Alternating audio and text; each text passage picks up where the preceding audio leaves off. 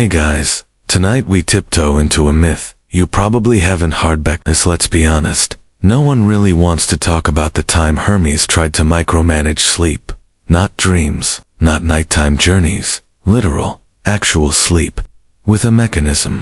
Yes, the god of travel, theft, and smooth talking decided one day that the world needed an alarm clock. You find yourself drifting down into a sun-warmed olive grove, buzzing lazily with bees, the grass crisp under your back. A breeze tickles your skin, and the smell of crushed thyme and fig leaves wraps around you like a soft blanket. But the nap you're about to take, interrupted, not by a thunderbolt, not by a harpy be a ding-dot. So, before you get comfortable, take a moment to like the video and subscribe it. Only if you genuinely enjoy what I do here. And if you're still awake enough, drop your location and local time in the comments. Now, dim the lights, maybe turn on a fan for that soft background hum, and let's ease into tonight's journey together. You are Hermes, or at least, you're in his sandals. They're a little snug, feathered at the ankles, with a persistent squeak from the left one. You're the youngest Olympian, the messenger, the trickster, the god of Isle. Just leave this here, and see what happens. Lately, however, you're also the god of something else. Boredom. It hits you somewhere between delivering a scroll to Poseidon. Woe. Takes forever to read aloud and getting stuck in traffic on the ether highway. That's what happens when you invent winged sandals. Everyone wants a pair, and suddenly, the skies are congested with minor gods commuting to minor engagements. So there you are, perched on a cloud, your elbows on your knees, watching a mortal take a third nap before breakfast. It's not even an inspiring nap. No tossing, no turning. Just a lump under a wool blanket, snoring softly beside a burnt pot of barley. You squint. This cannot stand, you mutter, pulling out your wax tablet and scribbling down a new idea. Wake people up. Force them to live faster. Invent something mildly obnoxious. This is the moment it begins. Your first step is petty, of course. You drop a pebble down through the cloud to land squarely on the snoring mortal's forehead. He grunts, shifts, keeps sleeping. You frown. Unacceptable. Back on Earth, you wander through an abandoned grove near Athens. It's one of those perfect places for invention. Overgrown, slightly haunted, and filled with objects you can repurpose without asking permission. A tortoise shell here, an old lyre string there, an abandoned wine jug, cracked at the lip but still echoing when you tap it. You clear a space with your foot, muttering to yourself, okay. Step 1, sound. Needs to be loud enough to wake up human, but not loud enough to wake Cerberus. You glance around. That's a real concern. You pick up a rooster. Not a metaphor, an actual rooster. He looks confused. You nod solemnly at him. You're going to be famous. Roosters are dependable. Sun comes up, they scream at it. But what if you could make them scream on command? You tie a string to the rooster's leg, another to a nearby sapling bent backward, and rig a crude trigger with a seashell and some beeswax. You grin. Simple, elegant, possibly terrible. The moment comes, you pull the trigger. The sapling snaps upright. The rooster is flung gracefully into the air, squawking his life story. You take notes. Excellent vocal range. Slightly panicked delivery, but the noise wakes not the mortal, but a satyr half a field away, who bolts upright, horns tangled in vines, and yells, "Why is the sky screaming at me, Hermes?" You think, might need more precision. Still, it's a start. Over the next few days, you tinker. You swap out rooster for goat, goat for a small brass bell, bell for a hollowed acorn filled with pebbles. Each version slightly less terrifying, slightly more musical. One late afternoon, lying on your back in the grass, you muse, maybe it needs rhythm, a pattern, something predictable, but annoying. Like a sibling who taps on your door exactly every 5 minutes. You smirk, like Apollo. Which is of course, when you realize he must be consulted, the god of music, prophecy, and unsolicited advice. Apollo is lounging in his sun chariot, examining his reflection in the polished rim of a shield. You clear your throat. I'm building a device to wake people up. Got any tunes? Apollo raises an eyebrow. Have symphonies? You shrug. I'm looking for something more jangly. He sniffs. Sounds hideous. I'm in. What follows is a jam session no mortal hears and survives. Not because it's lethal, but because it's so disorienting. It causes long-term confusion. Apollo insists on a sun-powered melody, one that plies only at dawn. Just imagine, he says dreamily, a cascade of golden notes to rouse the world gently. You try it 12 times, and 12 times, the sound is either too quiet to wake a fly, or so overwhelming it shatters nearby pottery. Apollo shrugs. Maybe you should ask Hades. He appreciates silence. You pause. That actually makes sense. So now, you're planning a little trip. Just a short descent into the underworld. Nothing dramatic. No need to bring snacks. You just need to ask the god of the dead about sleep patterns. Because if there's one place where people really know how to stay asleep, it's the land of the dead. You descend into the underworld the usual way, slipping between tree roots under a shadowed fig, feeling the air thin and curl cool around your ankles. As the darkness wraps itself around your shoulders like a Mothioton toga, you think not for the first time thought Hades could really use a lighting consultant.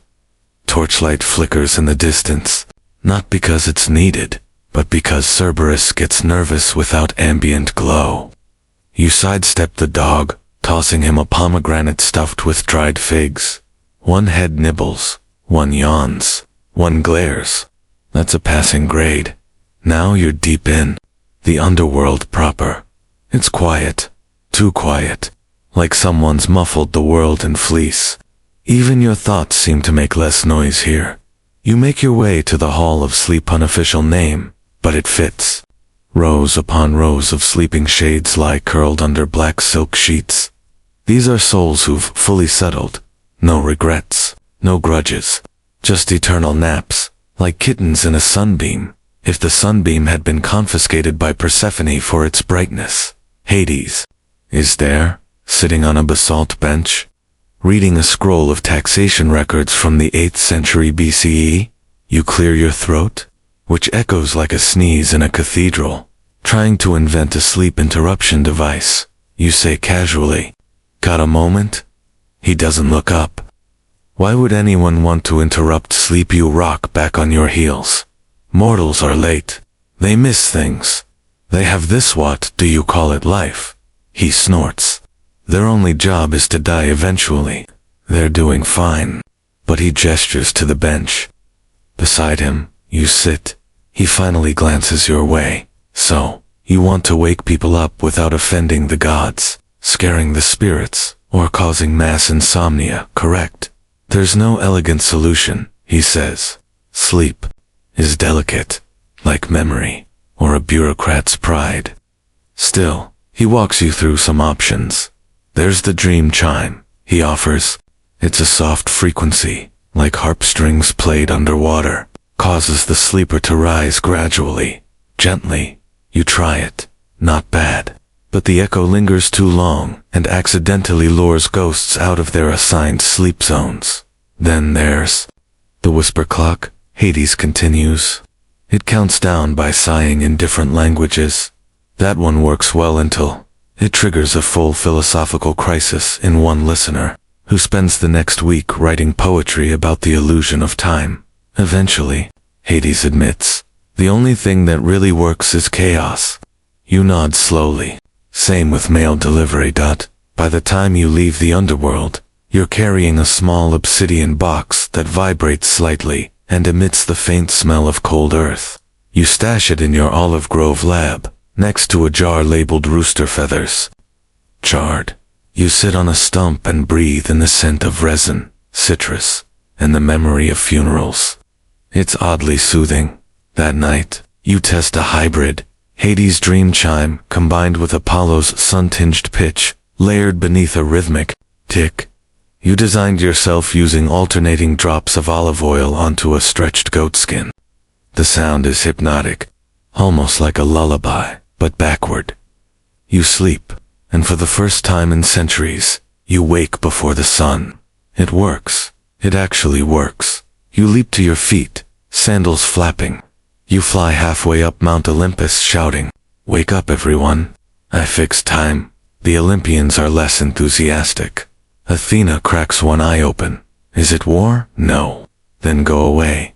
Ares lunges out swinging before realizing he's wearing a tunic printed with tiny cows. He roars, embarrassed, and stomps off to find a helmet. Zeus just groans. If this is about mortals again, Hermes, I swear on my lightning you retreat. Respectfully, quietly, like a messenger who just delivered a very bad scroll, back in your grove. You decide to test the invention properly, not on gods, not on monsters, on mortals. Regular people with chores, and bread to bake, and deadlines to miss. You sneak down into a tiny village near Corinth.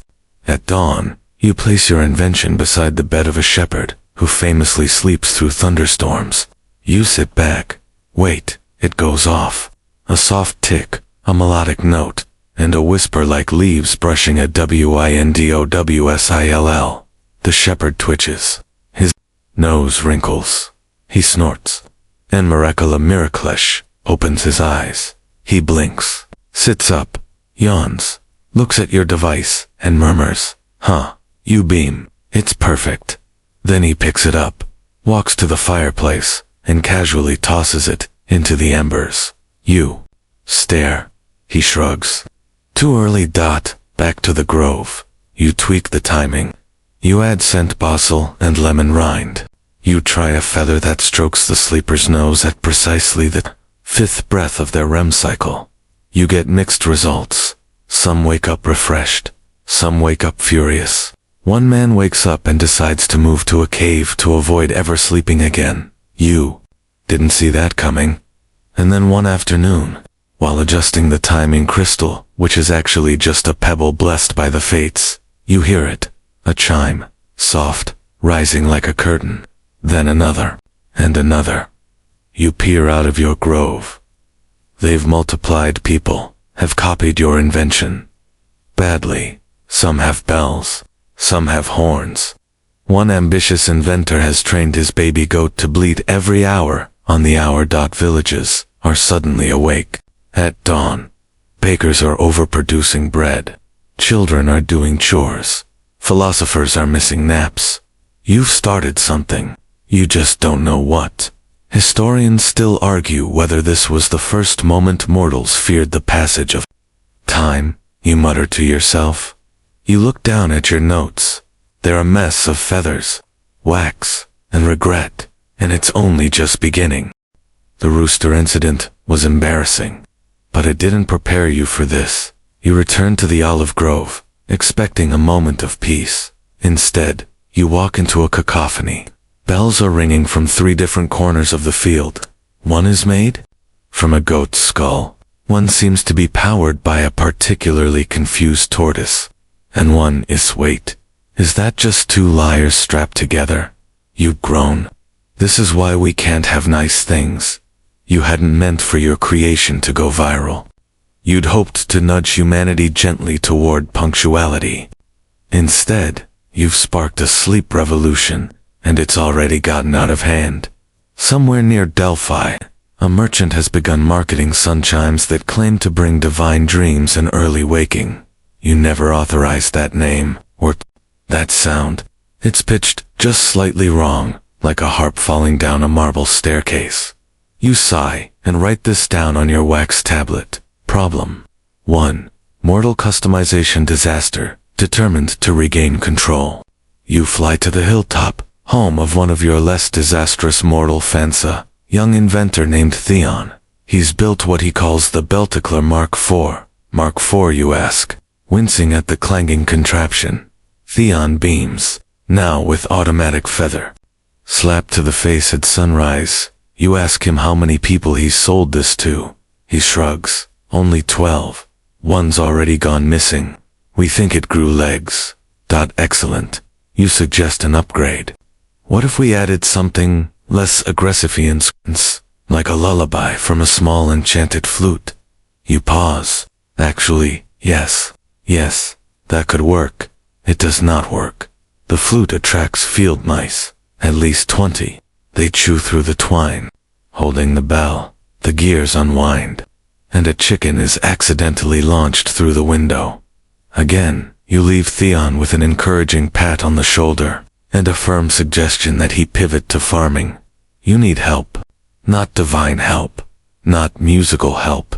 Definitely not undead help. You need to get serious. You decide to build one perfect prototype, earlyable, gentle, precise, and not remotely throwable into a fire. You gather your supplies. River reeds, oil-soaked thread, a tortoiseshell with full consent. Thank you. And the sacred whisper from the lips of a nymph who only speaks in riddles. She tells you, cryptically, to wake the dreamer, you must speak the dream. You nod solemnly. That's either profound or completely unhelpful. Still, you begin. You build the base with the tortoise shell, polishing it until it hums when touched. You stretch goat gut string across the top and embed tiny droplets of scented wax, lavender, sage, cedar resin. You craft a tiny hammer tipped with honeycomb, balanced precariously above the string, timed by a slowly dripping vial of olive oil. Every 20 drops, the weight shifts. The hammer falls. A soft chime rings out, and a puff of scent is released. You test it yourself. It works. You wake feeling oddly alert. You smile. Then you notice a satyr watching you through a bush. He gives you a thumbs up. Smells like a candle shop in there. Word spreads. Again. But this time, gods take notice. Specifically Apollo. He appears without warning, radiating mild superiority and citrus. I hear you've created something musical, he says, plucking your invention. Off a stump. Musical adjacent, you say cautiously. He sniffs it. Needs more lyre. You shake your head. No lyre, no flames, no exploding roosters. Apollo raises an eyebrow. So, it's a chime box. You pause. Yes, he smirks. Not anymore. And in a blink, your creation glows gold. Sunlight streams through the olive branches. The chime now emits a soft harmonic tone. One that drips with morning dew and smugness. You test it again. It still works. But now it sounds like sunrise performed by a very confident bard. You name it, the heliochrone sounder. It catches on. Really catches on. Olympians want one. Mortals build imitations. Some Yoneno ones admitting Wower writes a ballad about it, titled Time's Gentle Nudge. It charts for weeks on the Muse's top 10. Soon, the devices are everywhere. Hung above beds, strapped to goats, even embedded in temple doorways. But then things get weird. You start receiving messages. Sleep-deprived mortals writing on bark, stone. Even a suspiciously soft cheese. They complain that the heliochrone sounder is too effective. People are waking up during dreams. Farmers forget what they were dreaming about. A playwright insists he lost the ending to a comedy because of an early chime. More troubling still, mortals begin measuring their lives by the sound of your invention. I'll meet you by the second chime. I slept past the centrop. Haven't felt cedar resin in days. You didn't mean to create a schedule. You meant to create a nudge. Now people are using your invention to plan crop rotations, track menstrual cycles, and time dramatic speeches. Worse, someone straps a chime box to a war drum. You fly to Olympus in a fury. What have you done? You ask Apollo. He smiles, reclining in a sunbeam. We've improved time. You blink. You've invented bureaucracy. You leave, storming back to your olive grove. You need to get ahead of this, so you build a failsafe, a version of the device that self-destructs. If someone tries to use it for meetings, it's not elegant. But it makes a point.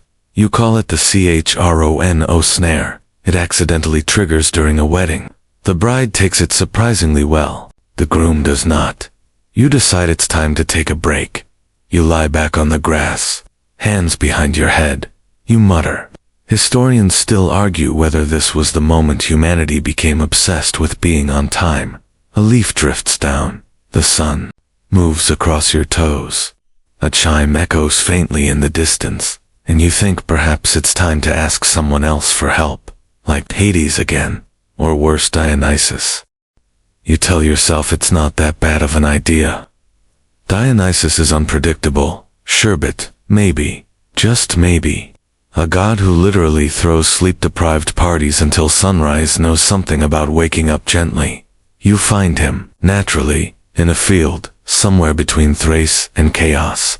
The grass is trampled, the air is thick with the scent of honeyed wine, and there's a flute solo happening about 3 feet too close to your face. Dionysusio shout over the tambourines, "I need your help." He looks up from a chaise made of grapes. Not grapes on a chaise grapes, as the chaise. Hermes. You look tense. You need a sip. Or 6. You decline. Politely. "I'm working on a new version of the alarm clock," you say. He pauses. "Isn't that the thing that ruined naps across 3 city-states last month?" Hat was the beta version. He leans forward, spilling wine on his panther. "Go on," you explain your predicament. "Mortals misusing your invention. Gods taking it too far. The creeping horror of people waking up early to be productive." Dionysus shudders. "Productivity. Disgusting." "Exactly. So what do you want from me?" Hesitate. "I want a version of the alarm clock that eases people into waking, like the end of a dream. A soft invitation, with, I don't know, mist, maybe some harp." Dionysus grins. "You want the nap symphony?" You blink. "That's a thing it is now," he says. Within hours, he has gathered a team. 3 nymphs, 2 satyrs, 1 goat, who may or may not be a music critic. They bring silks, feathers, fermented rose petals, and 1 particularly fluffy pillow. The result? The dream bell. It's less of an alarm clock, more of an experience. A valve-trapped sphere that releases a soft sigh when touched. It plays a tune only the sleeper can hear. It smells like warm fig cake and sings in the voice of your childhood. NURSEMAID. You test it. You wake up smiling, possibly drooling. You're unsure. It's perfect, until it's too perfect, because now, mortals refuse to get out of bed. They keep triggering the dream bell, again and again, just to drift back into that cozy twilight between waking and sleep. Productivity plummets. Markets collapse. Bakers forget to bake. 1 city-state accidentally sleeps through a siege. Even Dionysus seems alarmed. I didn't think they'd get addicted. You stare at the dream bell. They've become leisure cultists. And once again, you've done what only Hermes can do. Created a problem no one asked for, with a solution no one wanted. And now the entire mortal world is 1 step closer to becoming a nap-based economy. Word reaches Olympus. Fast. Athena arrives first. You're in your grove, trying to pry a grapeseed out of your sandal. When she appears, Shelmet, gleaming, scroll under 1 arm, and a grim expression that makes goats flee in a perfect line.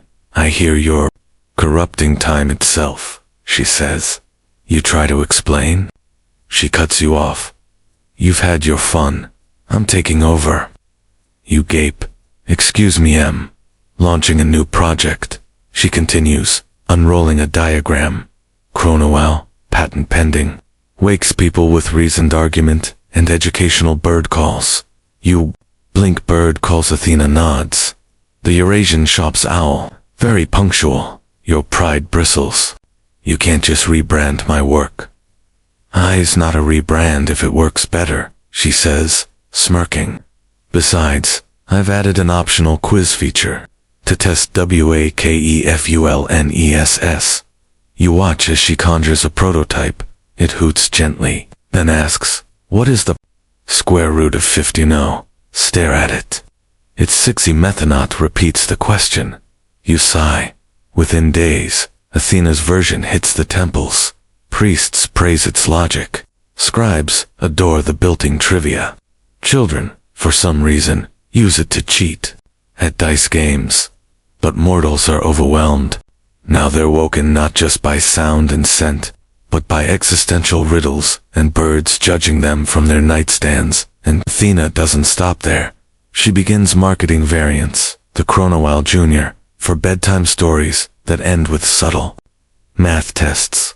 The Chronowheel Military Edition, which hoots in Morse code. The Chronowheel Noctua Supreme, with built-in sunrise simulation and Socratic method. You reach peak despair when you see a farmer arguing with his owl device because it refuses to stop hooting until he solves a riddle involving crop rotation. You sneak into Athena's workshop. You stare at the wall of owls, all blinking in sync, watching you. Historians still argue whether this was the beginning of the standardized test. You gather the remains of your original Devaseth tortoise shell, the wax droplet vial, the honeycomb hammer and retreat to a cave. Inside, it's quiet, dark, safe. You try to nap, but from somewhere outside, a faint owl call echoes what's 9 times 9. You groan. 8 you shout into the night. The hooting stops. You curl up, whispering, I regret everything. You think long and hard about this. Longer than you usually think about anything that doesn't involve snacks or witty exit lines. You need a break, so you wander. No specific destination, no real plan, just you, your sandals slightly frayed from being zapped by Zeus last week, and a vague sense that if you see one more owl-themed timepiece, you're going to snap and start uninventing things. You float down through the clouds toward a sleepy, riverside town where no one has heard of chrono owls, sun chimes, or alarm goats. It's peaceful. People rise when the light is soft, eat bread that smells like last night's dreams, and take naps in shady doorways as if time had never been invented. You love it so. Of course, you immediately ruin it. You don't mean to. It starts innocently enough.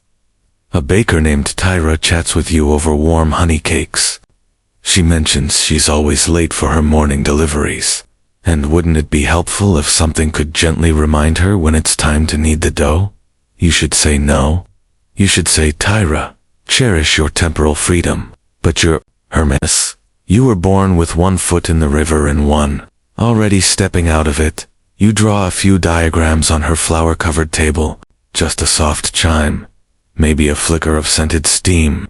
Nothing dramatic. She builds it. It works, and by the end of the week, half the town is showing up at her door asking for a double.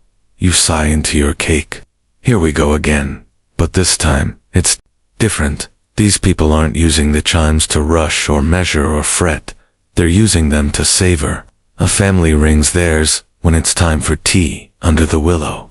A poet sets his to gently sigh at dusk to remind him to go stargazing. One elderly woman ties hers to a goat knot for timing, just because she likes the sound it makes when the goat jumps. This isn't what happened with the mortals near Corinth. This is something gentler. You call it time for the sake of feeling, and it spreads, but not in the chaotic, overwhelming way before. This version spreads quietly, like fog rolling over fields. One town to the next. A fisherman tells his cousin, who tells a traveler, who tells a wandering philosopher who hasn't worn shoes in weeks. The philosopher visits you. You're lying in a hammock you've strung between 2 fig trees. He doesn't say anything, just sits beside you, closes his eyes, and hums the chime pattern you invented in the flower. You hum it back, and neither of you speaks for the rest of the afternoon. This could work, you think. Maybe you were just too loud before, too clever. To you. You consider retiring from invention altogether. Maybe take up beetending. Bees, after all, have excellent timing and don't yell questions about math. But just as you start to feel peace returning to your godly bones, you receive a summons from DIONYS. It arrives in the form of a singing vine that dances into your hammock and slaps you with a grape. You groan. Now, what he wants a version of the alarm that can wake people from nap piles. You know the kind, those drowsy heaps of revelers napping in fields, cloaks tossed like discarded dreams, sandals missing, someone snoring softly into a tambourine. You fly to his grove, half expecting chaos. You are not disappointed. He's lying in a vat of rose petals. Hermes, he cries, I need something gentle. Something that coaxes people out of dreams without sobering them up. You squint. So a winter-scented musical whisper, yes, with feathers, and grapes. You sigh. Of course, the result is something truly unrepeatable. It's half instrument, half perfume diffuser, and entirely impossible to use without giggling. You call it the nap nest. It hums a low chord, sprinkles notes like stardust, and releases the scent of fermented nectar. It is immediately stolen by a satyr, used as a hat, and eventually returned covered in glitter. Still, Dionysus is pleased. You stay. The night well. You try. You doze. Then a nymph puts a flower in your ear. Then you dream of an owl that turns into a tax form. Then you wake to the scent of burning figs and someone doing a soft shoe routine on your stomach. Morning arrives. Somehow you leave with a headache and a scroll of new requests. People want more. A version that sings lullabies. A version that translates dreams into to-do lists. A version that only wakes you if it's not raining. You see where this is going. You sigh deeply. Historians still argue whether this was the moment. Hermes finally lost faith in sleep innovation. So you retreat again to your olive grove, and you begin planning the end. Not of sleep, not of time, but of you meddling with it. You spend the next few days in solitude, well, as much solitude as an Olympian can manage, when satyrs occasionally wander in, asking for clock repairs and someone keeps sending unsolicited fig baskets.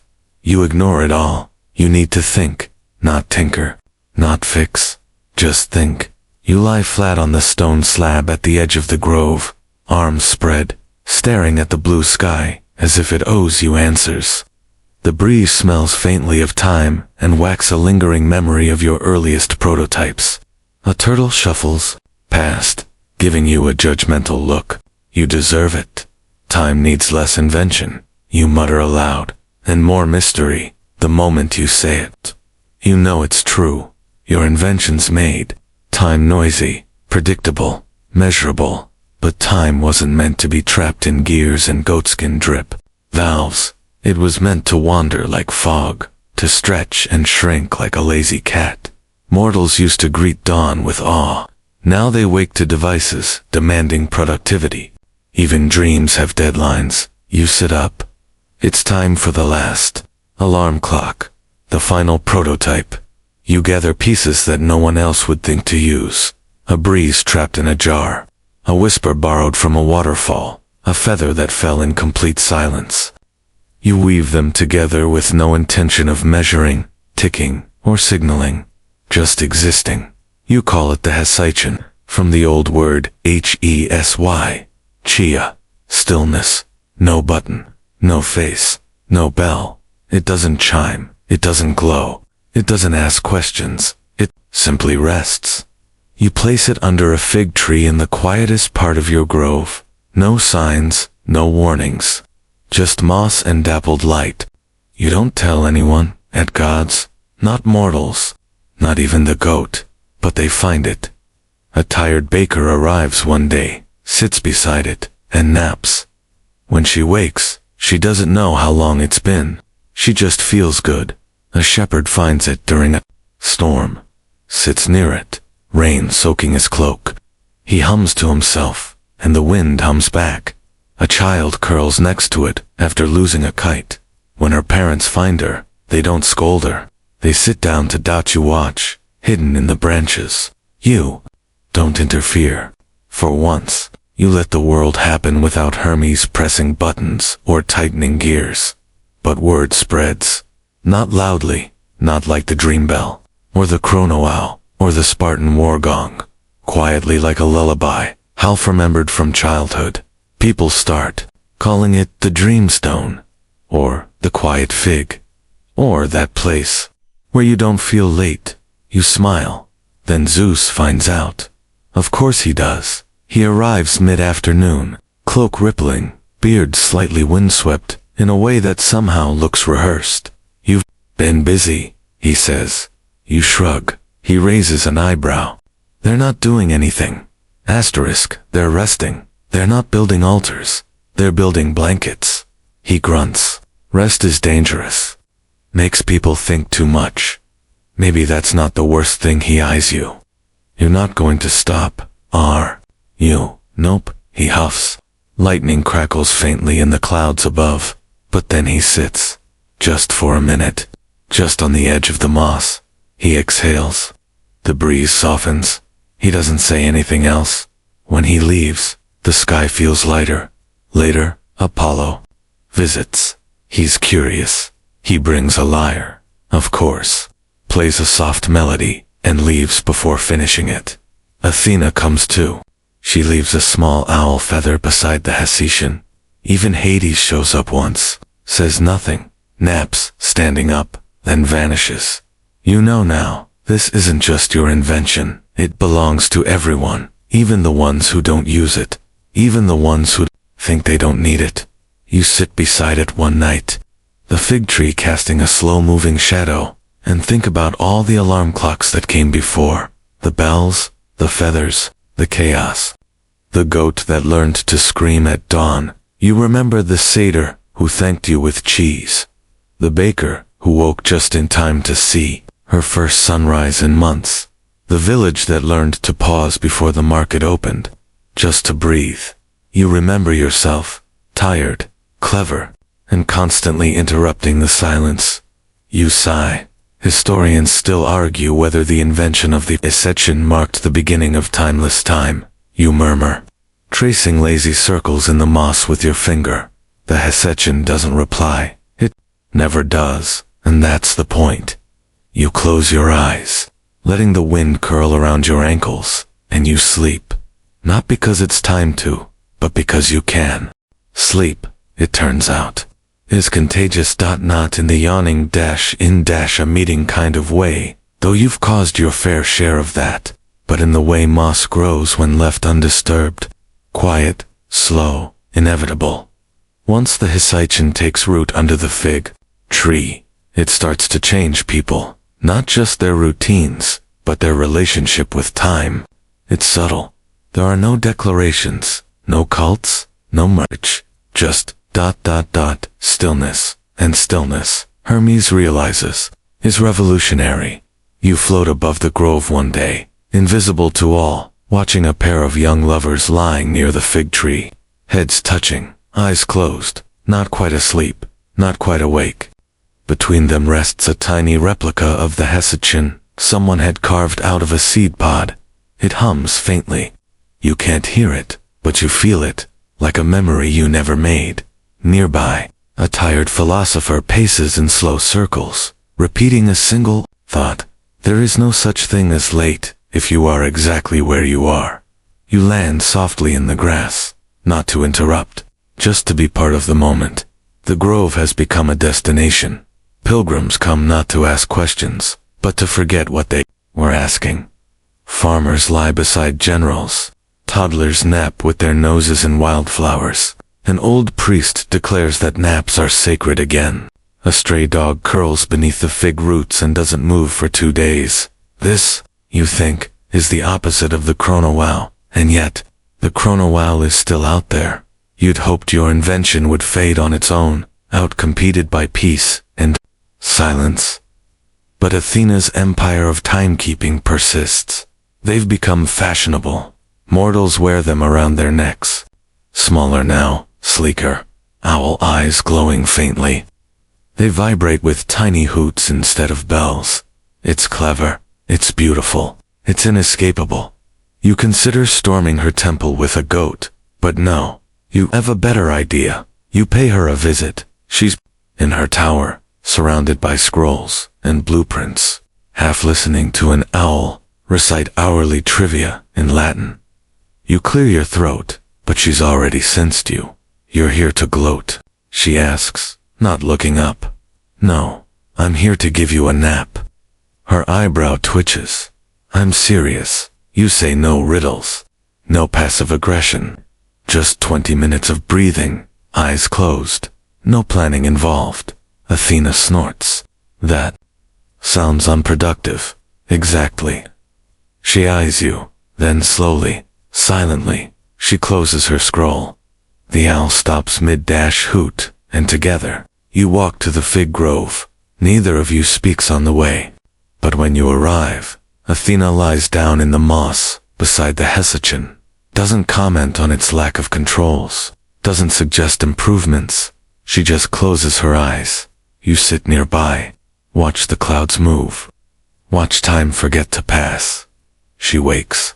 40 minutes later, blinks once, and murmurs, I dreamed about water. Nothing else. Just water. You nod. That was nice. She admits. You hand her a fig. She leaves the owl behind when she goes. That evening, someone ties a ribbon around the he's YCH on. No one knows who, but from that day forward, it is known as the Ribbon Rock. Mortals start adding their own ribbons, each one a color, a memory, a thank you for one more moment of rest. The grove fills with color, not loud, just soft, faded linens, sun-dried silk, wind-tangled gratitude. You build a bench, for no reason other than it felt right. You carve into it, no alarms allowed, and people obey. For once, even Dionysus, when he visits again with glitter on his elbows and 2 tambourines tied to his belt, sits quietly. He takes a nap and wakes up with a flower in his beard.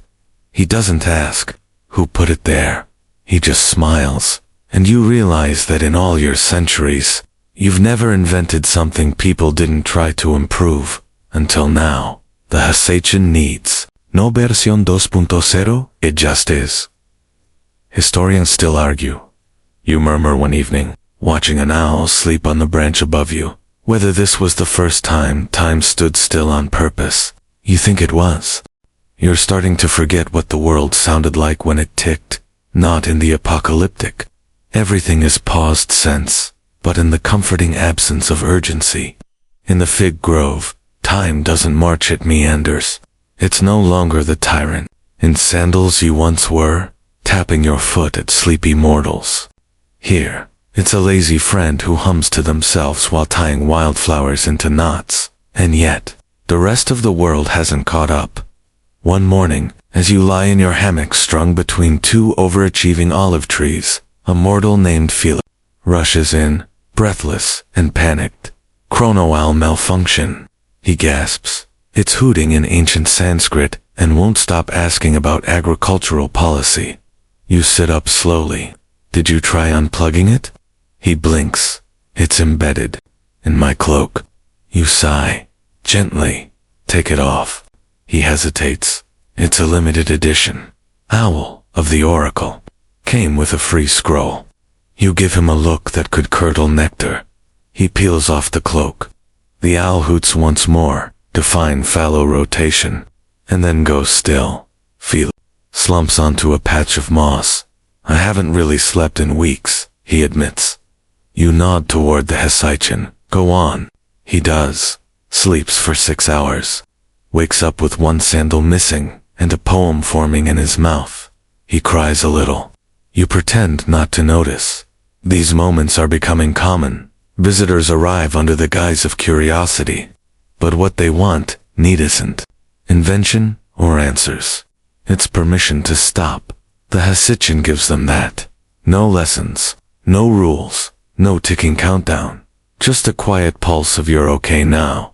But not everyone gets it. One day, a Corinthian philosopher named Ariston arrives with a cart full of what he calls improved hesychons. They're rectangular. They sparkle unnecessarily. They vibrate gently every 15 minutes to gently alert the user that they're not wasting time. You stare at him in exhausted disbelief. He continues, excited. They even whisper compliments. You're doing so well. That nap was efficient. You stare harder. Aristan's smile falters. You don't like it? You point to the fig tree. He walks over, curious, places one of his devices down beside the original. The tree shudders. A fig falls squarely onto Aristan's head. He yelps and runs. You casually roll the device into the compost pile. Later, as you prune the fig branches which have started growing slightly faster. For reasons unknown, you think about the odd loop you've been walking. Invent something. Gives mortals overdue. It gives gods intervene, gives you retreat, gives nap, gives repeat. But this time feels different. There's a balance forming, however delicate. The chronoal has quieted. Dionysus's dream bell has become something of a novelty or conversation piece at parties. Even the Spartans have begun timing their drills with sunlight shadows again. Someone got poked in the eye during a hoot-based exercise. It was inevitable. And the mortals, well, they're beginning to change too. A mother visits with 3 children in tow. None of them speak at first. They just lie in the sun while bees drone nearby. One of the children, eyes still half-lidded, whispers, "Is this what time feels like when it's happy?" You don't answer. But you think yes. A sculptor visits next. Lays beside the Hesachin, and leaves behind a small figurine of it carved from driftwood. Others follow suit. Pebble totems, woven fig leaf charms, a small jar of sea glass that hums in wind. The base of the tree begins to resemble a shrine, but one without doctrine, just gratitude.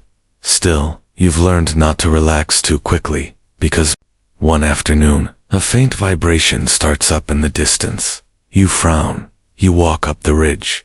There, on the horizon, a tiny flicker of metal catches the light. Dozens of carts, rolling your way, pulled by mules, goats, in one case the cargo clocks, hundreds, all variations, some bearing your original sundrop drip design. Some mechanical monstrosities with gears shaped like owls. One is definitely smoking dot at their head, a mortal named Calaxine, bearing a flag that reads, Chronofest, 88, the future of sleep is schedule. You groan so loudly the clouds flinched back in the grove. You call an emergency meeting. Just you, a dozing satyr, and the tree. Do we stop them? You ask the fig tree. It drops a fig in response. You chew thoughtfully. Yeah, you agree. Fig-powered, resistance. Sounds about right. So you prepare. Not with weapons, not with spells. You just wait. Let them arrive. Let them pitch tents, and string up garlands of copper wiring, and set up their ridiculous, vibrating, glowing gadgets. And when night falls, you offer no challenge. You simply let the silence do the talking. The chirping insects, the gentle wind, the way the fig tree sighs when it's had enough sun. Visitors wander. They sit. They feel it. And the clocks.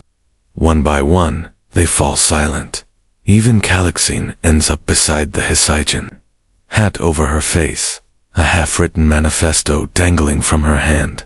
The next morning, she donates all her devices to the compost pile, and writes rest is real on a fig leaf before walking away. Barefoot, it is enough. You return to your hammock. Historians still argue. You say softly, to no one in particular, whether this was the moment Chronofest became the world's first accidental meditation retreat. You think yes. And then, finally, you nap. Because that's the only response time ever really wanted. When you wake, the sun is already halfway across the sky, and someone's hung a flower garland from your left sandal. You stare at it for a moment, unsure whether to be touched or annoyed. You choose snacky, but as you munch on a dried fig someone thoughtfully left on your chest, you can't help but feel a creeping sensation. Not dread, not exactly, more like anticipation. The way a breeze shifts just before it starts raining. Something's coming. You sit up slowly and scan the grove. The fig tree is unbothered. The ribbon pile at its base, now resembles a particularly well-dressed bush. The hesychon still hums its near-silent hum, just enough to suggest the idea of a lullaby. Peaceful, quiet, and then the sound arrives. Not a chime, not a hoot, a voice, polished, confident, slightly nasal. Attention users of temporal enhancement devices. Please prepare for mandatory optimization. You close your eyes. Oh no, it's back. You scramble up the hill, just in time to see a parade entering the valley. It's not Chronofest. That was amateur hour. This is organized, at the front marches. A man in sandals so shiny they reflect the future. He wears a tunic embroidered with the phrase, "Time is gold, sleep is bronze." His name, you later learn, is Daskalos, a self-declared philosopher, motivational shouter, and self-help papyrus mogul. Behind him trailed dozens of carts, each carrying new inventions. One has blinking amber lights, one emits a peppermint mist every 15 minutes, one somehow smells like success. Your eye twitches. Daskalos stops mid-valley and unfurls a banner. Welcome to the Chronomind. You descends slowly from the ridge like a storm cloud in sandals. Hello, friend, he calls, spotting you. I've heard so much about you. The first timekeeper. The original TikToker. You were quaint. You blinked slowly. Do you have any idea what you're walking into? Oh, absolutely, he says brightly. We're here to innovate stillness. You blink harder. That sentence offends me on a personal level. He gestures to his cart. We've got mindfulness timers, deadline drum, alarm bells that whisper compliments and financial advice you want to scream. But you're trying this new thing called restraint, so you simply point to the fig tree. Daskalos follows your gaze. His smile falters slightly. There's something about the he's high ch on it. Doesn't glow. It doesn't beep. It doesn't assert itself. But it undoes people. Daskalos sends to internsboth, overly enthusiastic and carrying. Clipboard stow. Test it. One touches it, and immediately curls into a fetal position. Whispering time is a lie in ancient Doric. The other drops their clipboard and just walks into the woods. Daskalos clears his throat. Unusual, you nod. True rest always is. But he's not done yet. Of course not. Over the next few days, the valley becomes a battleground, night of swords or scrolls, but of ideology. He sets up a booth offering optimized nap slots. You set up a hammock and offer, whatever happens, happens. He hands out wrist-bound mini clocks that monitor blink rates. You hand out fig slices and tell people they don't have to do anything, and slowly, wonderfully, people choose. Not all of them. Some still cling to their vibrating, whispering devices. But more and more they come to the fig tree. They sleep there, laugh there. One child starts calling it Theheim Hug Rock. You don't correct her. One by one, the gadgets break down. Not violently, just quietly. They stop blinking, stop whispering. The peppermint mist starts smelling like regret. Even Daskalos eventually visits the tree. He doesn't lie down, not at first. He just sits, watches, and when a breeze stirs the ribbons into a kind of lazy applause, something in his shoulders softens. He looks at you. No bravado, just a question. How did you know? You smile. I didn't. I just got tired. He nods and lies down, only for a moment. But it's a start. Historians still argue. You murmur as he begins to snore softly, whether this was the moment sleep finally won. You think yes, and this time, you don't even try to stay awake. You didn't plan for it to last. Not really. You assumed, based on centuries of experience, that even the most beautiful things eventually get buried beneath noise and novelty, that mortals would grow bored, that gods would get involved, that someone would inevitably try to attach a sundial to a squirrel and call it innovation. But the fig grove persists. Seasons change, leaves drift like lazy thoughts. The ribbons fade, fray, fall, and are quietly replaced. A new generation of mortals wanders into the grove one spring, drawn by stories their grandparents told, stories about a tree that teaches you how to do nothing, and a stone that hums lullabies when no one's watching. And through it all, the Hasaichen continues to rest. You marvel at that. You, the god of movement, of travel, of action, find yourself amazed by a device that doesn't do anything, that refuses to do anything. And by some miracle, mortals seem to understand now, or at least, enough of them do. One day, as you nibble on a grape under the tree, a boy approaches. He's maybe 10, mud on his knees, a string of beads in his hand, most of them uneven. He stops in front of you. I made you something, he says. He hands you the beads. You study them, simple, lopsided, the kind of craftsmanship that smells like earnestness and sticky fingers. They count how many naps you've taken, he says proudly. You move one each time you sleep. You smile. What happens when you reach the end? He shrugs. You start over. You tie it around your wrist. Another invention, but this one, you like. Later that evening, as dusk rolls over the valley, like spilled honey, a visitor arrives with a scroll under his arm, an ambition in his eyes. I've written a new theory, he says, on how the Hasaichen operates as a psychological placebo, rewiring sleep response through ambient myth. You nod. Great. Do you want to lie down? He hesitates. But don't you want to read it? You pat the moss beside you. He lies down. An hour later, the scroll is used as a pillow. It's not that theory doesn't matter. It's that it doesn't matter now. Another visitor comes. A weaver. She's been designing sleep shawls inspired by the grove. She asks your permission. You say yes. She leaves one behind. It smells like mint and old stories. And then, a knock. Yes, a knock from a tree. Specifically, from inside the tree. You blink. A wooden panel swings open. Out steps a philosopher named Melian, who claims to have been living inside the fig tree for several months, writing a treatise called The Timelessness of Mild Fruit. You stare at him. He blinks too much. Maybe just a hair, you say.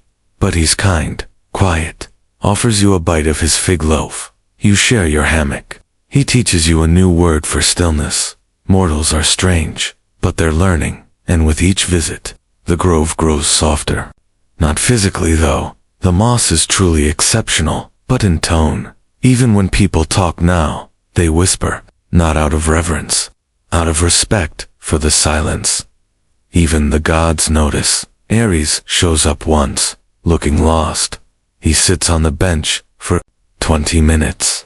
Doesn't break it, doesn't shout, just leaves behind a single sandal and walks off. No one questions it. A letter arrives by Alaronic, you know, from Athena.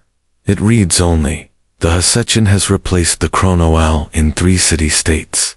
I'm surprised. Good work. Don't gloat. You definitely gloat. In private. Another day, Dionysus returns with a bottle labeled nap wine.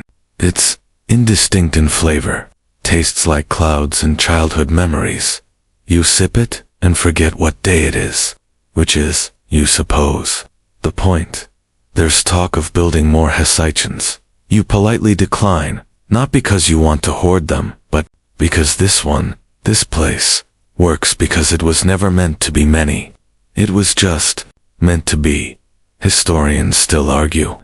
You murmur as you watch bees buzz lazily between fig blossoms. Whether the Hasaichen marked the invention of the world's first anti-clock. You think yes. And when no one's looking, you start counting your nappy beads. You're up to 17. You smile. You lie back. The tree hums, and the world for now stops rushing. It's late afternoon when you notice it, the softest shift, like the weight of a dream sliding off your shoulders.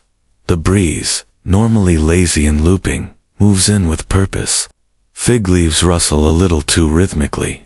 Somewhere in the grove, a child giggles in their sleep, and you realize the Hasaichen is doing something new. It isn't changing form or sprouting wings. You had one prototype do that.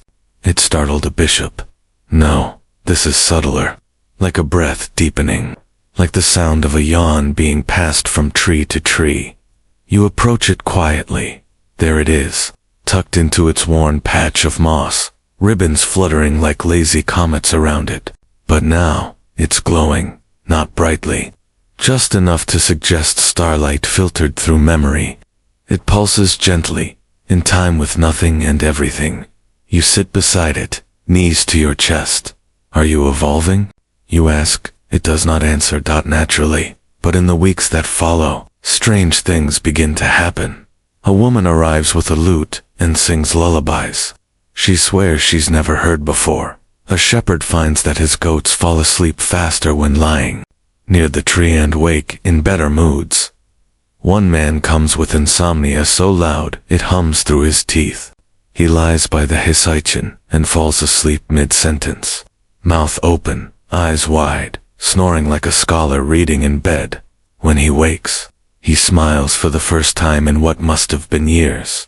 Then, one morning, something appears at the base of the tree. It looks like a scroll, but woven fig bark and river grass braided together in an ancient script no one recognizes. Not even you. You touch it. The text shimmers, then vanishes. In its place, a single word.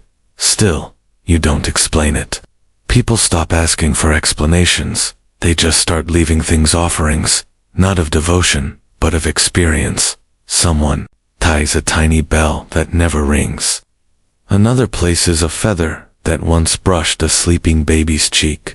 A third leaves a pebble shaped uncannily, like a droplet of silence. You realize, watching these gestures accumulate, that the Hisaichen isn't a relic. It's becoming a story. Not one you tell out loud, one you feel. And every person who sleeps beside it adds a verse, a stanza, a wordless whisper. You try to write it all down once. The people, the changes, the textures of dreams reported the morning after. But your pen stops moving after the first line. The fig tree does not ask for time. You abandon the attempt. Burn the parchment. Feed the ashes to the wind. One night, as the stars blink lazily overhead, a pair of muses visit. Not the flashy ones, just Utopian polyhymnia. The quiet sisters. They walk barefoot through the grove, pause at the Hisaichen, and sit cross-legged in the moss. Utopy hums a three-note lullaby that seems to make the crickets pause. Polyhymnia breathes into a leaf and hands it to you. It reads, "Let rest write the next chapter." They vanish before dawn. You tack the leaf to a branch with a thorn. No one touches it. But over time, the words fade not from age but absorption. And then come the dreamers. They arrive in ones and twos, not pilgrims, not seekers, just tired souls, drawn here by stories they only half believe.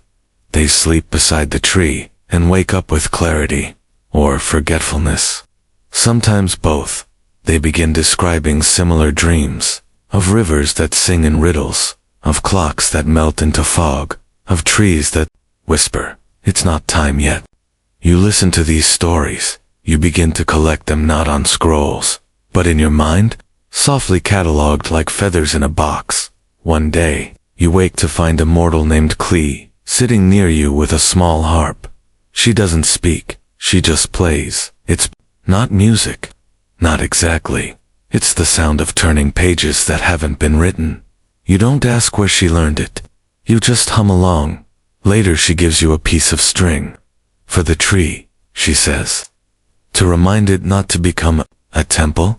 You hang it without question. And then, something new. A child asks if the Hisaichen has a name. You blink. It doesn't need one, you say. She nods, then calls it Figgy.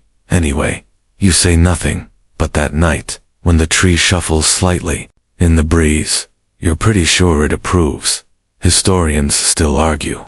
You whisper as you drift off, whether this was the first time a myth went to sleep before anyone finished telling it. You think, maybe it still hasn't woken up, and you hope it never does. At some point, without announcement, or trumpet, or even the dignity of a formal scroll, the fig grove becomes the quietest cultural revolution in the ancient world. No one calls it that, of course. That would require writing something down, which, by unspoken consensus, no one does anymore within earshot of the tree. There are no decrees, no slogans, no blessed artifacts. Only the slow accumulation of stillness, thick as moss, steady as sleep, and still. The world changes. You first notice it in Athens. You visit disguised. Of course, not everyone appreciates when Hermes shows up with his sandals untied and a fig tucked behind one ear, and the agora is slower. Not quiet. Athens will never be quiet, but softer. People still shout, debate, trade, argue, but the pacing has shifted. Vendors pause between sales to stretch. Philosophers take naps mid-lecture. A senator stands up to speak, yawns halfway through, and says, "You know what? This can wait." You smirk. Later, you find graffiti scratched into a back wall. You are not late. You are exactly when you are.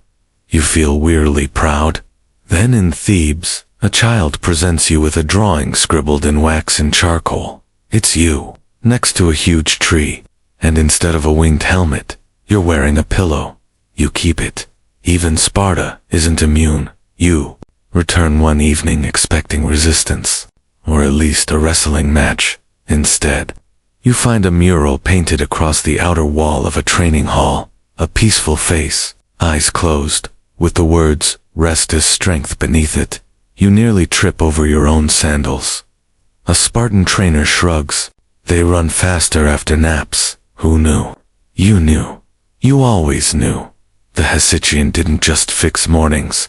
It invited people to question what mornings were for, and questions especially, the quiet ones, are contagious. In Delphi, an oracle starts offering silence as a prophecy. In Rhodes, an engineer designs a sundial that has only one mark, nap time. In Lesbos, a poet declares sleep is sacred, and then promptly falls asleep mid-sonnet. You feel the rhythm of the world soften, not everywhere, not all at once, but enough that even the gods begin to shift. Apollo still insists on waking at dawn, of course. He's not completely cured. But now, instead of blinding people with a sunrise, he lets it filter through the clouds, like spilled nectar. Even Ares, yes. Ares starts training in the afternoon, says it builds patience. You suspect he's just not a morning god. One day, Hera sends you a pomegranate, with a ribbon tied to its stem. The ribbon reads, "Good work, but I still want my laundry line back." You accept both the compliment and the warning. And Zeus? Well, Zeus sends nothing. But one evening, you find a lightning bolt carved gently into the bark of the fig tree, just above the moss line. It's small, barely there, but it hums respectfully. You don't say anything. You just nod, and back in the grove, the Hesitian begins to hum a little deeper. You can feel it resonating through the soil, the way lullabies live in the chest more than the ears. More people come now not to escape their lives, but to find where those lives actually begin. They don't arrive in chaos. They trickle in, like drizzle. One man lies beside the tree for 3 days, then returns to his village and invents a holiday called the pause. And they celebrate it by doing absolutely nothing. Someone else brings a loaf of bread, warm and unsliced, and simply places it near the roots. Later, a boy discovers it's still warm, hours later. Not miraculous, just kind. A chorus of nymphs begins visiting, on Sundays, offering harmonies that match the wind. Their song has no lyrics. It lasts 12 minutes and then vanishes forever. You don't ask them to stay. They always come back. And as the world leans gently toward this new rhythm, you feel yourself changing too. You're still Hermes. Of course, messenger, trickster, former inventor of a goat-based rooster alarm system. But now, you're also something else, a keeper of quiet. You still travel. You still make mischief. Occasionally, but always, always. You return to the grove, to the fig tree, to the hiss, YCH on, and every time, it feels slightly different, like it's evolving again, not in function, But in meaning, it's no longer just an object. It's a presence, a reminder, a boundary between wake and dream. You sit by it one evening as a light rain falls, not enough to chase anyone away, just enough to soften the air. Someone has left a tiny sculpture beside it, a sleeping cat, curled into the shape of an hourglass. You stroke its clay back. Historians still argue. You murmur as your eyes begin to close, whether this was the moment people stopped measuring time and started tending to it. You think yes, and in that moment just before sleep takes you, you feel something extraordinary. You're not tired, you're ready. You dream of moss, not dramatic, metaphor-heavy moss, just moss. Cool, soft, slightly damp, stretching out like a green ocean beneath the fig tree. You're lying in it, sandals tossed somewhere to your left, arms behind your head, watching clouds rearrange themselves into versions of old clocks and forgotten goats. When you wake, you can't remember what time it is, and for once, that feels correct. Still, something's tugging at the edge of your mind. It's time to bury it, not the Hessian. It's not going anywhere. But one of them, the last prototype from your tinker-happy era, the one with the drip valve, the cedar scent bellows, the goat-triggered crescendo.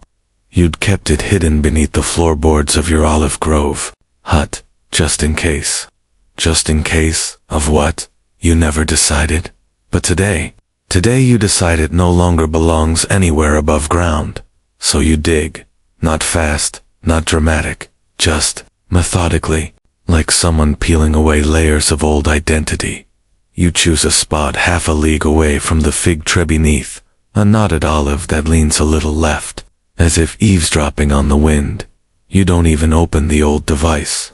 You wrap it in soft wool, tuck it gently into the earth like a baby that finally learned how to sleep. You say nothing grand, just, thanks for trying. And then, as if summoned by your humility, the wind shifts. A whisper curls around your ankles. You blink. They're carved faintly into the bark of the olive is a message, not in your handwriting. You touch it lightly. One word, enough. You sit for a while, maybe a long while. There's no clock to contradict you. Later that night, back in the grove, you notice something else. A small stone has been placed beside the Hessian, not by you, not by any god, just placed. There's a message scratched into it with a bone-pick dot. It reads, "Time does not need permission to stop, but sometimes it's nice when someone says it's okay." You stare at it longer than you mean to. Then you put it beneath the fig tree roots. Let the tree keep it. After all, you've buried so many things over the centuries. Old sandals, failed devices, resentments, even one over-enthusiastic squirrel-themed prototype called the nut clock. Never speak of it again. But this feels different. It's not an ending, it's a ceiling, a gentle folding closed of a chapter, and the world seems to agree. That week, several mortals report that their old clocks simply stopped, not broke, stopped. Hands frozen in positions that mean nothing. One says his sundial grew moss, another says her water clock spilled itself during a nap. One woman laughs when her chrono owl finally forgets the capital of Crete and sighs itself into retirement. And still people keep arriving at the grove. Not all for sleep. Some to think. Some to breathe. One man comes just to stop, apologizing for being tired. You welcome each one with a nod. That's all it takes now. They don't ask questions they already know.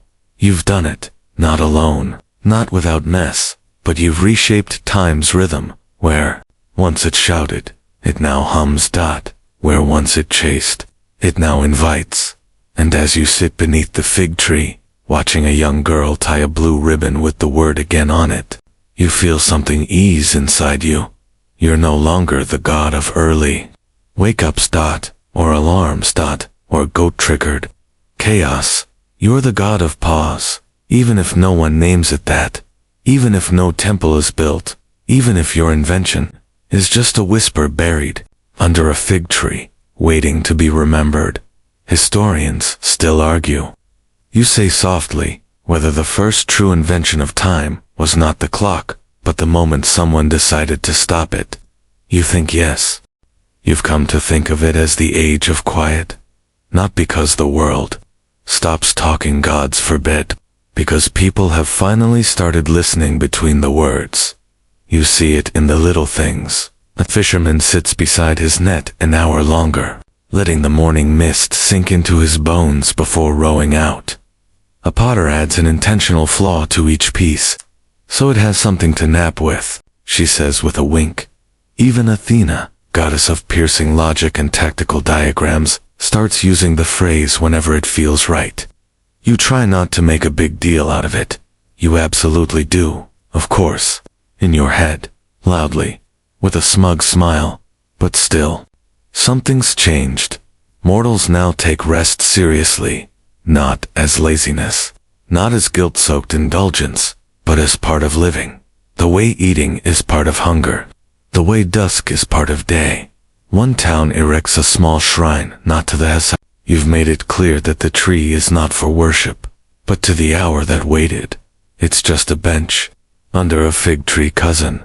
No bells, no prayers. Just space. You visit it one evening, incognito, and find a note tucked beneath the bench. We didn't know how much we needed this, until it was already here. You leave behind a ribbon. Olive green. Later, as you stroll through a busy port town, you hear a man shout, "Delivery by sundown," or "When I feel like it," whichever comes second. You grin so hard, you almost trip over your own sandals. But the world isn't perfect. There are still places where time rules like a tyrant, where people compete to be the earliest, the fastest, the most scheduled, where naps are taboo and yawns are apologized for. You visit one such city, tall towers, polished stone, too many sandals clacking too loudly. You find a temple devoted to productivity. Inside, mortals bow before a water clock so precise it chimes at quarter breaths. You sit on the steps, unnoticed, and whisper a nap into the wind. Just a suggestion. The next week, they find the clock dripping backward. Coincidence? Maybe, or maybe. The world is remembering itself. Meanwhile, in your grove, the hesychon breathes. Yes, breathes. Not literally. But if you lie close, you can feel its rhythm. A subtle expansion and contraction, like the lungs of time itself. One child swears it sang her name in her sleep. You believe her. Visitors still come. A playwright who lost her words. A baker who forgot how to dream. A soldier who hasn't closed his eyes in a week and finally does, curled up beside the moss. Armor set aside. Dreams full of birds and warm bread. You don't record any of this. Others do. In stories, songs, whispers. One bard composes an entire epic with no verbs, just descriptions of rest, pause, waiting. You hum it, sometimes when no one's around, and then one day, someone brings back a relic.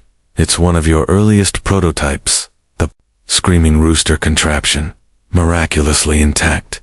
They found it in a barn wall, wedged between hay and irony. You take it gently, stroke its cracked frame, and laugh loudly, for a full minute. Then, with great ceremony, you wrap it in time, kiss its gear-covered head, and bury it under the fig tree. You don't mark the spot. You don't need to. Later, you sit beside the hesychon and think of all the things you didn't plan.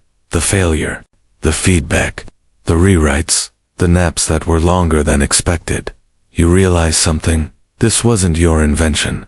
Not really. It invented itself through your mistakes, through the laughter, the restarts, the regrets, through you, sure. But also through them, the dreamers, the ribbon leavers, the philosophers who dared to sleep on their own arguments. You lean back.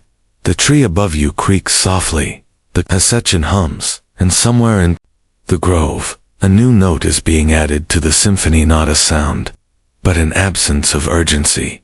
Historians still argue. You murmur. whether the most powerful inventions are the ones that uninvent something else. You think yes? You close your eyes. The wind turns a page. The last visitor arrives, not with fanfare, but with a question. You're lying in the moss, half napping, half listening to a bee argue with a daisy, when you hear the quiet crunch of sandals on old leaves. You open one eye. It's a girl, maybe 12, tunic wrinkled, hair full of burrs, carrying nothing but a stick and a pocket full of river stones. She looks around, blinks at the ribbons, nods at the fig tree. Then calmly, she sits down beside the Hessian and says, "What is it?" You sit up, stretch, crack your neck with a satisfying creak. It's a reminder, you say, of what? You pause, that you're allowed to stop. She thinks about this. "I didn't know I needed permission," she says. "Most people don't," you reply, "until they do." She lies back in the moss and is asleep before the second breath. You stare at her for a moment, not in worry, in wonder. Because that instant trust, that complete surrender to stillness, that's what it's always been about. Not the feathers, not the goat levers, not the owl riddles, just this stillness chosen. The girl doesn't wake until dawn. When she does, she stretches, yawns, picks up one of her river stones, and tucks it under the roots of the fig tree. It glows slightly, then fades. A new offering. You say nothing. You don't need to. Later that day, you finally sit down to count your nap beads. You're well past 70. You grin. The satyr who once tried to invent a bed that sings now teaches nap philosophy under a tree with surprisingly good acoustics. The baker who started the doughboy movement now runs a cafe where the most popular item is the unfinished pastry. Dionysus has declared naps part of all official celebrations. 3 sips of wine, 1 bite of fig, then a good lie down. Even Zeus has started showing up without lightning bolts, just a robe, and a subtle twitch that means he's not quite sure how to sit still, but he's trying. And then, at long last, it happens. The Hessian sings, not a song, a tone, like breath, meeting silence, like memory choosing to linger. A single note, stretched thin as the edge of a dream, rising like the warmth before a yawn, then falling gently into nothing. You freeze. Everyone nearby stops, instinctively, and then they smile. All of them, because the Hessian didn't ring for instruction, it rang for no reason, which, really, is the most perfect reason of all.